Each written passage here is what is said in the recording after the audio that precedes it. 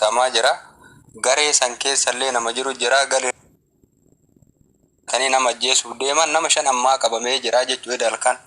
Isinii galaame kan amma deemamaa jiru waan kutaa waan maalii san kutaa Oromooni kutaa hin qabu. Gadheetu kutaa waan kutaa haasaa malee Oromoon kutaa hin qabu. Oromoon tokkicha. Oromoon kutaa hin qabu. Kutaafillee ajjeefamaa jiru. Akka Oromootti jechuudha. Oromummaa isaatiif ajjeefamaa jira malee kutaaf ajjeefamaa hin jiru. Waan kutaa jedhu san an akka mana kanaatitti Oromoon tokko naaf waliin darbuu jechuudha. Garuu wanti amma deemaa jiru kutallee miti. Wanti amma deemaa jiru diina Oromoo kana siin dura haacee galaafatanii guyyaa san koonsartii godhanii mallayni guuramaa jira. Diina nu keessaa kanuma asiin dura ayyuu nu galaafachiisaa turaniin mallayni ilmaanuma Oromootti raamsamee Oromummaan nama ajjeesuuf deemaa jira jechuudha. Qabame kan amma qabame. Ebalu yoo isiniin jenne warroota afantu jira bururraa agartan qabamuu jechuudha. Bururraa tokkoon qabaman wal himan jechuu waan ta'eef wal himan waan ta'eef jechuudha. Amma ka jedhaa jirru aandu aalami dhugaa qaba. Qananiitu maal ta'e kana jedhaa hin jirru. Warri mallaqa guuru kun warri qananii akka aandu aalam ajjeesetti qabate kun eessaa fudhate ajandaa kana tokko. Lammata nu amma aandu aalami sin ajjeefnee jedhaan jirru. Aandu aalamis ajjeesee jedhaan jirru. Kan deemaa jiru maal sitti fakkaate? Aandu aalam ajjeesee hin ajjeefne rabbitu beeka. Qorannatu beeka. Qorannaan jira. Qorannaan haga ammaatitti jiru wanni aandu aalami wal qabatu hin jiru. Tasumaan jiru. Tasumaa wanni jedhu hin jiru jechuudha. Haga ammaatitti bar qorannaa yoo jiraate sa'aatii 24 keessatti qoratameetiin aandu aalam akka ajjeesimamaa harkaan harkatti qabame waan ta'eef jechuun mana yaalaa oduu geessuu wannaa jedhu. Kuni waan achi fagaatee kana dhiisa. Waan jiru biyya jirtanillee yoo koolte amma tifaan biyya jirta Finfinnee deemte waan dubbiin kun itti jiru ati ilma Oromootii kalachuu kan yakkamillee kan du'ellee ilma Oromootii hubachuu dandeenya. Yoo hubattee itti waan ana sirraa sitti haasa'u kana caalaa arguu dandeenya. Wanti afaan nu qabu jira waan gaariidha. Ifama dallaali dubbii bareeda kaaste sittani maayi beeki jechuun nuti amma akkuma isaa dubbachuudha yoo ta'e rakkinni amma jechuun waan kun jiruuf anamma fakkeenyaaf ati ragaa qabatamaa of harkaa qabu jechuu dandeessa. Akkuma jette kana wanni kun jechuu dandeessa ta'uu danda'a. Garuu sittani maayi Oromoo jidduu gaafa Oromoon daandiirra deemee kadhatu Oromoon inni kun daabboo jechuudha. Gaafa daabboo bitatu daabboo cheekii barreessee daabboo cheekiidhaan bitataa jechuudha. Daabboo birrii 2 birrii 3 bitatu cheekii barreessee kan bitatu jira jechuudha. Oromoon biyya kana keessa wanni jiru akkuma atitti beeka nama jechuun naannaa eeruma Finfinnee kanan jira. Waa'ee Oromoo kana dubbachuun si dhiba dhugaasaa dubbachuuf taanan jechuudha. Amma ani isa kana akkuma dubbachuufi ragaa akkasii qabatamaa kanan qabu. Garuu waan amma ta'e kuni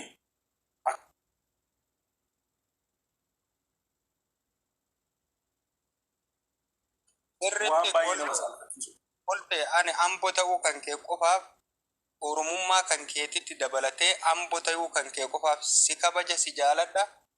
An ambo keessatti takka hagarra Oromummaa kiyya bare kanatti ambo keessatti nama shira dalaguu hin agarre. Oromoof jecha dirree dhumtee itti gata. Wallagga makana nama shira kijibbaatatu kan nafxanyaa achi ol galteen nafxanyoome yoo taate malee hin agarre. An Oromuma kana hayyuu bar Oromummaa ofii himu kana yoo ka makaa wayii qabu taateen alatti yoo ka dhiiga Oromoo barate taatetti Oromoo irratti shiraxatu hin jira jedhee nama sammuu kiyyatti hin fudhanne jechuudha.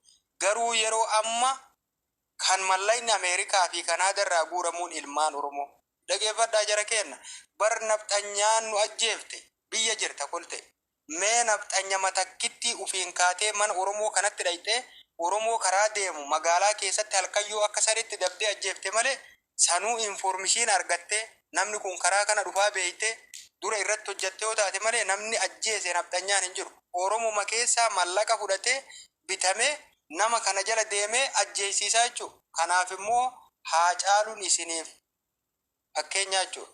Namni biraa kan agarre hin jiru bara.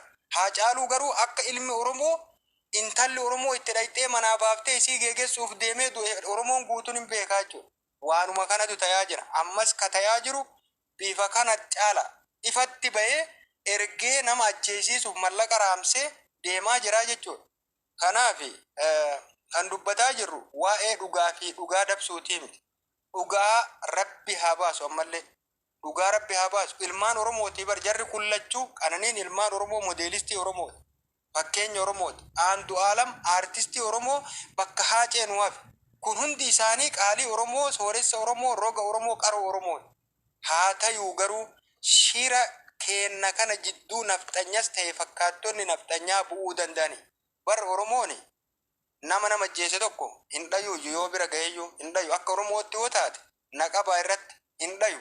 Namni sunuu safuu wayiitiin nama ajjeese dhiisaniituma bakka seeraa geessanii yookaan jaarsitti waaman malee hin dhayu. Dubbatuun immoo sanirraayyuu ulfaataa jechuudha. Kana dubbatuu miti. Shirri deemaa jiru garuu aandu aalam irratti shirri deemaa jiru ifatti ba'ee jara kenna tokko tokkoon bara warra irratti deemaa jiru waan warra irratti oofaa jiru kan argaa jirra. Isin Oromoon qulqulluun Oromoon daba kana hin beekne dhugaa fakkeessanii wal ijaaranii irratti deemaa jira. Koltee atama Finfinnee jirti. Waltajjii dhiyoo tanaati irratti abbaa murtii dhiyoo tanaati irratti maaltu ta'e? Hiriyoota kee gaafattee wanni kun Oromoodha. Lachuu Oromoo na rakkisa jettee gaafatteeme waan addaatu ta'ee jechuudha. Kun ilmaan Oromootiin ergama warra qaban immoo warra hinaaffaa qaban, warra ergama qaban, warra duraanumayyuu waan asirratti seetu tokko aandu aalam ajjeesuuf yeroo 5-6 doorsisuu samdhii siqachi fagoo sandees dhiyooma kan osoo qananiin hin ajjeefamin 7 dura Finfinnee keessatti rasaasa itti dhukaasanii ajjeesuuf doorsisuu beeytamuun beeytu. Sana dhiisi amma inni sun yoo keessa gadi buunee dippilii keessa gadi buunee dubbanne rakkootu jira jechuudha. Rakkoon maaliif seetee akkuma duratti sii kaase sana dhugaadha waan ta'eef ijoollee keenya bira rakkoo guddaatu jira waan ta'eef isa sana yeroo bira sa'aatii fudhannee irraa sa'uu dandeenya. Dhugaan lafa jirtu wanni miidiyaa kanarra jiruu fi wanni lafatti ati argitu baay'ee garaagarummaa qabaa jechuudha. Walirraa fagoodha. Isa sana amma maaliif yeroo biraa irratti haasofnaa mee Oromoon kuni rakkoon isaa maali? Waan akkamii keessa jiraa jennee yeroo biraa. Garuu amma inni guddaan wanni baay'ee na salphachiise, wanni baay'ee na gaddisiise namoonni akkasitti ijaarramanii waan akkanaa godhaa yeroo. Inni suni garuu dhuguma ragaa qabatamaadhaan hin jira taanan wanni akkasiin deemaa jira taanan kuni waan baay'ee nama sheemissu waan baay'ee nama salphachiisudha jechuudha. Isa sana garuu namoonni kana godhaa jirani dhuguma jechuun akka nama jaarraa 21 keessa jirutti yaadu yoo ta'e waan kana akaaf dhaabbatanii amma wanni kun manni murtii qabateera seerri qabateera waan kana gama seeratiin malee eenyumtuu jechuudha namarratti tarkaanfii fudhachuudhaan nama gidirsuudhaan nama akka barbaade godhuudhaan olaantummaa namni isaa kennan jiru. Garuu akkuma duratti ka'e sana waan ta'e jala seenanii waan ta'etti hirkatanii nama miidhuu yookiin nama reebu wayi nama godhu inni sun hin danda'ama jechuudha. Garuu immoo guyyaa tokko kana keessaa hin ba'a jechuudha uummanni kun dhugaasaa dubbachuuf taana.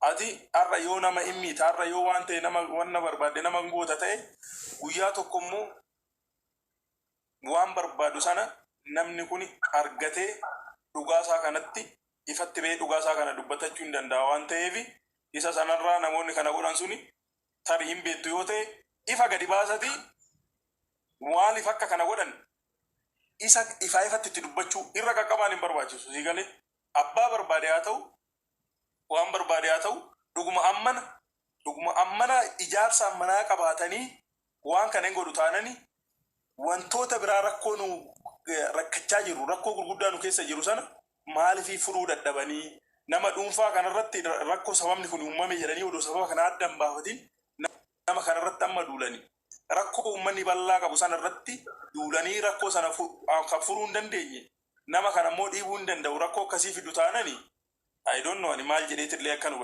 akkan dubbadhu nama dhibaa jechuudha. Garuu amma hundaafuu obsaan waan sana dhugaa an ta'e gadi baasatii isa sanarratti yeroo biraattis haa ta'u irratti haasofnee waan sana mirkaneeffachuun baay'ee barbaachisaadha jechuudha. Iddoo galatoomii gara feesbuukaatiin illee argee jira. Wanni feesbuukaa qabataman qabdu dhugaa waan alaafii dhugaa addaan mirkaneeffannee gadi baafnee dubbachuuf deemaa jirra. Sunoo dhugaa ta'e gadi baasuuf ta'e nanu martuu feesbuuka irra jirti gadi buufannee jirra. Feesbuuka abbaa fedhe lattafaa rakkoon qabu keessatti hin dubanna. Ammaaf immoo obboleettii ta'e itti fufee ati deebitee jirta. Shamarran dubbadhame. Mustafa ani kan isinitti haasaa jiru qabatamatti argee waan namni biraa duubarratti hafeef isin hin baafne malee namoota qabaman maqaa isaanii iddoo isaanii nama ajaje guutuu quba qaba. Namoonni duuba jiranuu nama hedduudha. Mallayni biyya alaatirraa kan ergamuu fi namoonni immoo nama ilmaan Oromootiin kan raabsamanii nama ajjeesuuf deemaa jiranii kana qofaa miti. Shira hedduutu saaxilamee shira hedduutu himamaa jira. Isa wal faana kan isin ibsinu haga namni qabamee xumuramutti immoo hin ibsamu. Maaliif warroonni hattuu mallaqaan raamsamanii ilmaan namaa ajjeesiisaa turan kun nama shayyoo ergan nama 50tu duuba jira jechuudha. Nama 50 san haga seerri qabee ka qabe seera nama dhuunfatii miti. Isinii galaami seerri qabee nama san hidhaa galchee jechuudha. Dhiiga afaanii funyaan irranii nama ajjeesuuf deemanii bara. Nama ajjeesuuf meeshaa qabatanii nama ajjeesuuf warra deemanii jechuudha. Sun qabaman warri duubatti hafellee bururraa qabama. Kanaaf hin agartanii kolteen turkiin isaa buusee jira. Waanuma nu yaanne haasa'aa jirtan nus yaada saniin addan qabna. Kijibaa fi shirri haa hafuudha. Dhugaan immoo irra haa ooltuudha. Dhugaa namni jibbu kamuu iyyuu hin jiru. Sii galaami garuu shiraan artistii kanaa miti ilma Oromoo xiqqaa tokko hin hayyamnuu jechuudha. Lukkootaaf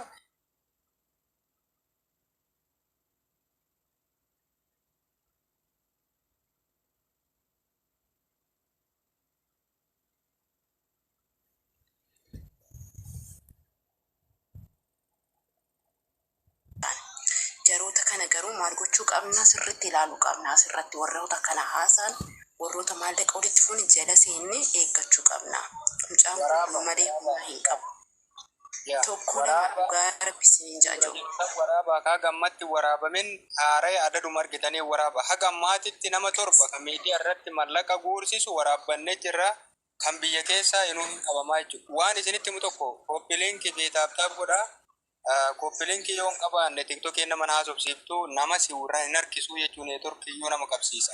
Koppiliinkii fi taaptaap godhaa. Wanni isinitti himu maatii aantu aalam miti. Dhageeffadhaa. Maatii aantu aalam miti hiriyaa isaa namni tokkicha amma booda akka tuquu hin dandeenye isinitti himu. Eegama jira jechuudha. Sirriitti eegama jira. Maaliif kan qabame namni tokko yoo qabame akka tokko raawwatuuf deemee namni tokko yoo qabame waa'ee akkasan raawwatuuf deeme nama erge guutuu himaa jechuudha. Namni sun guutuun hin qabamu. Erga tokko qabame namni achirraa yakka raawwatu hin argamu jechuudha. Wal hima waan ta'eef zariin isii hin baddi. Tana akkasitti dhiisati isin miidiyaa irratti hojjetuu qabdan. Aantu aalam yakka aantu aalam raawwate jedhu tasuma diina Oromooto jedhaa jiraatii tasuma dhiisa. Manni murtii argus hin jiru wanti argullee hin jiru jechuudha. Yakki raawwatame micayyoo yakki raawwatame waan biraa. Kan isaan fakkeessitoonni odeessan waan biraa. Obboleettii ta'e barnu irra kaayuu hin barbaannu waa jedhuun hin barbaannu. Garuu aantu aalamii fi yakki sirratti raawwatame walatta. Durumaayyuu jira wanti isii ajjeese. Kanaaf isin hamma manni murtii sun waan tokko jedhutti waa dubbatuun hin ta'u. Hayyoota irrallee abbootii gadarreellee wanti dhaamamu kana wanti asirraa bilbillee finfinnellee gaafannu isa kana jechuudha. Garuu aantu aalamiif sagalee ta'uun shirri irratti waan deemaa jiru. Ajjeestonni irratti waan deemaa jiraniif hedduu sagalee ta'achuun fedha. Neetworkiin kiyya sagalee dhageessisa. Jirta sirriitti dhaga'amaa jira. Warri gajjala jirtanii istaaftabii ko'aafiidha. Sagalee ta'uurra duubatti hin je'ina. Diinuu inkaan dhiiga keenyaa miti isaan warri diinaa gaafa caaluu hundeessaa du'u warri wiskii walirratti gannaqaa turanii walirratti facaasaa oolaniyyuu dhimma ijoollee kana torbee lamaaf otoo haddaan hin guutin irra dubbachaa jiru. Isin maal dadhabdan? Nuyi koo haqni ishee habadu jechaa miti kan jirru. Haqni isaanii haba'u jechaa jirra. Maaliif isin irraa hin dubbanne hundi keessanuu mana banattanii irraa dubbachuu qabdu. Nuyi arras taanaan boorus haqa irraa duubatti nama nu deebisu takka illee hin jiru. namni haqaaf dubbate yoomiyyuu boorullee har'allee ittiin qaana'u wanti ittiin qaana'an wanna fe'e otoo Andu'aalam go'e ittiin qaana'u wanni inni go'e ija kiyyaan hin argine waan ta'eef murteessuu hin danda'u ilma namaati uumaa rabbiiti irratti jecha.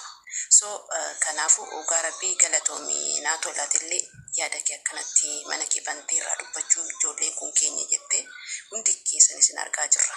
Asirraa warra sagalee ta'aa turan ijoollee kana nu ilaal bakka lamatti otoo hin hiramin ijoollee kana lamaaniif sagalee ta'an warra immoo maallaqaan walitti guurreetii mucaa kana gadaaboo maaliif poolisii aan eegamee taa'a gadaaboo hin gaafanna gadaaboo poolisiin maa isa eegni warroota je'an immoo afaan isaan qabsiisaa jira takka takkaan isaan waraabbanne ol keenya jira miti kan Andu'aalam kaleessa kana caalu hundeessaa takka takkaan viidiyoo isaanii warroota zeesan irratti haa ajjeesan baga ajjeese nutu ajjeese warroota jedhanu ni qabna jecha waggaa 4-5 miti an kaleessaa miti jecha wal arguuf deemna gaafa tokko gaafa walitti ufnutu jira jaroota kanaan jechuudha jaroota shira hojjetan asirraa beekamtii fi yuutuubii aan ittiin daldalachaa jiran jecha hiika namaatiin warroota kana sirriitti adda baafachuu qabdu ijoolleen keenya ispeeshaaliin jechaadha.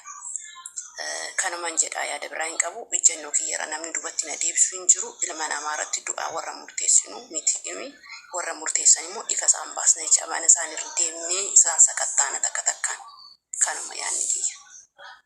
Baay'isee galatoomi qaalii baay'isee galatoomi nuyi dhaloota haa caaluun nu jalaa galaafatamee Andu'aalam tasuma dabarsinee hin kennine dhumnee banna malee bar baay'isa wayii anamma biyya nama jira finfinnee waan maatiin jiruu fi adeemsa deemamu kana keessa namni an beeku danuu waan jiruuf malee biyya nama jira haa ta'u garuu warri biyya jiru akka gaafa haaceen wareegamee sanitti Itoophiyaan sun baxaabatamuuf deemti isinii galame qeerroon bakka tokkotti deebi'ee mari'ataa jira bara mari'ataa jira maaliif mari'ataa jira shirri deemaa jiru biyya keessatti mucaa kanarratti shirri deemaa jiru shiira eenyumarrattu asiin dura hin deemin jechuudha kanneen asiin dura du'e dura itti hojjetanii lafa jala itti hojjetanii osoo Oromoon hin beekin ajjeesanii jechuudha osoo Oromoon yaada itti hin qabaatin